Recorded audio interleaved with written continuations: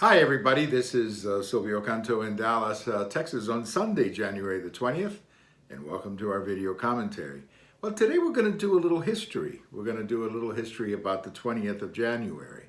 You know, for a long time, the new president, or even the re-elected president, would not be inaugurated or re-inaugurated until the 4th of March. It was that way from President Washington to President Franklin Delano Roosevelt.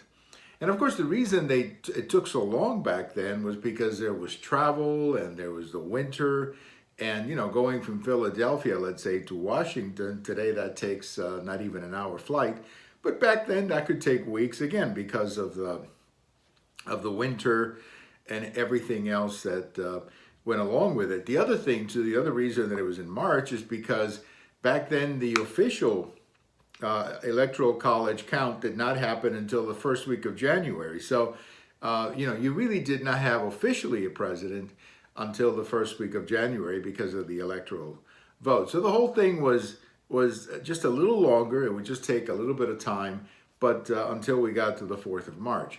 All of that was changed under President Roosevelt, and we began to have inaugurations on the 20th of January. So now we go from Election Day on the first Tuesday of November, basically 6 weeks, to the 20th of January. The Constitution is very clear about this, and that is that the new president has to be inaugurated at noon. So right at noon, the new president has to be sworn in, or the re-elected president has to be re-inaugurated.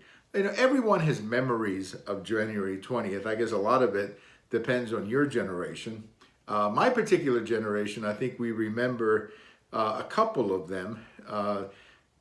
January 20th, 1981, that was the day that President Reagan, or Ronald Reagan, became President Reagan. And I remember that one because I was actually traveling in the car. I was in the north of Mexico on a business trip, driving from Monterrey to Saltillo, which is right in the north of Mexico, very isolated highway, as I recall. And I had some of my business colleagues with me. We were listening to a station in San Antonio, WOAI. It was a big, powerful station out of San Antonio. And we were listening very clearly as President Reagan or Governor Reagan took the oath of office and became President Reagan.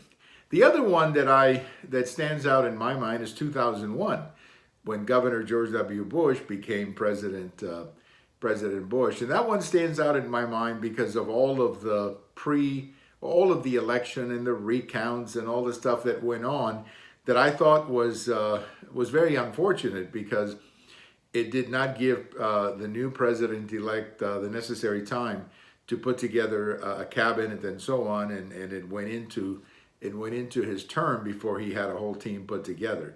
But anyway, January the 20th is the day that we now inaugurate presidents. And by the way, it was 2 years ago today that President Trump was inaugurated President of the United States.